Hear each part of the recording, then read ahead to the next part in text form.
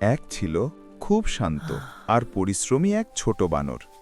তার পরনে থাকত সাধারণ একটি ছেঁড়া জামা, কিন্তু তার চোখে মুখে ছিল অনেক স্বপ্ন। সে প্রতিদিন রাস্তায় ঘুরে ঘুরে বিভিন্ন জিনিস বিক্রি করে নিজের ও পরিবারের জন্য খাবার জোগাড় করত। একদিন সেই ছোট বানরটি কিছু মালপত্র নিয়ে যাচ্ছিল, কিন্তু পথে তার সাথে দেখা হয় দুই দুষ্টু ও অহংকারী বানরের। তারা খুব দামি স্যুট প্যান্ট পরেছিল এবং নিজেদের খুব বড় ভাবত।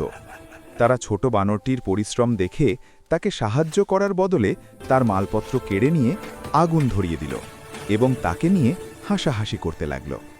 মালপত্রগুলো পুড়ে ছাই হয়ে যাওয়ায় ছোট বানরটি খুব ভেঙে পড়ল। সে রাস্তার ধারে বসে অনেক কাঁদল, কিন্তু সে দমে যাওয়ার পাত্র ছিল না। সে ঠিক করল সে আবার নতুন করে শুরু করবে। সে এবার নিজের হাতে সিঙাড়া তৈরি করার সিদ্ধান্ত নিল।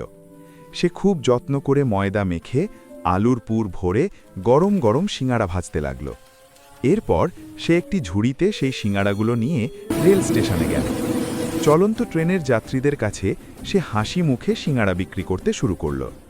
তার হাতের সিঙাড়া এতই সুস্বাদু ছিল যে মানুষ খুশি মনে তার থেকে সিঙাড়া কিনল এবং তাকে টাকা দিল। কঠোর পরিশ্রমের ফলে তার কাছে অনেক টাকা জমা হলো, কিন্তু সেই টাকা সে শুধু নিজের জন্য খরচ করল না। সে দেখল রাস্তার পাশে অনেক ছোট ছোট মানুষ ও শিশু শীতে খুব কষ্ট পাচ্ছে।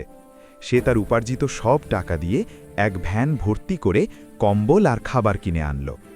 এরপর সেই পরিশ্রমী বানরটি পরম মমতায় সেই শীতার্থ শিশুদের মাঝে কম্বল আর খাবার বিলিয়ে দিতে লাগল। শিশুদের মুখে হাসি দেখে তার মন আনন্দে ভরে উঠল। সেই দুষ্টু ও স্যুটেড বুটেড বানর দুটি যখন দূর থেকে এই দৃশ্য দেখল, তখন তারা অবাক হয়ে গেল।